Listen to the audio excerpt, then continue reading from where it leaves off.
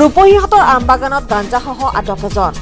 আমবাগান আৰক্ষীয়ে গাঞ্জাসহ আটক কৰে ৩ নং ভুলবান্ধাৰ পঞ্চু চৌধুৰী নামৰ এজন সৰবৰাহকাৰীক। আমবাগান আৰক্ষীয়ে গোপন সূত্ৰৰ পম খেদি নলতলিৰ পৰা লাওখোৱা অভিমুখে আহি থকা অৱস্থাত সৰবৰাহকাৰীটোক 1 কেজি 480 গ্ৰাম গাঞ্জাসহ আটক কৰে।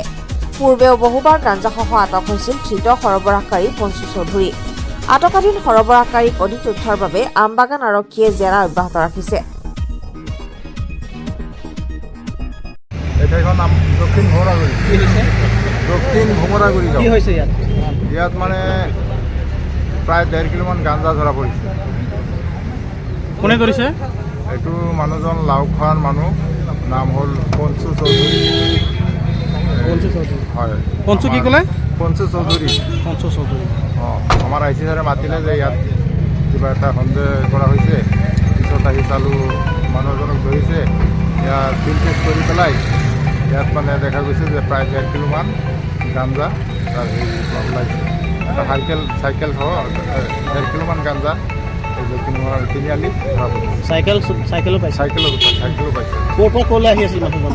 এই নলতলিৰ পৰা লাওখাবালৈ গৈ আছিল। কোন থানাত ধৰিছে? এই আমবাগান আমবাগান থানা, আমবাগান পুলিচ থানা।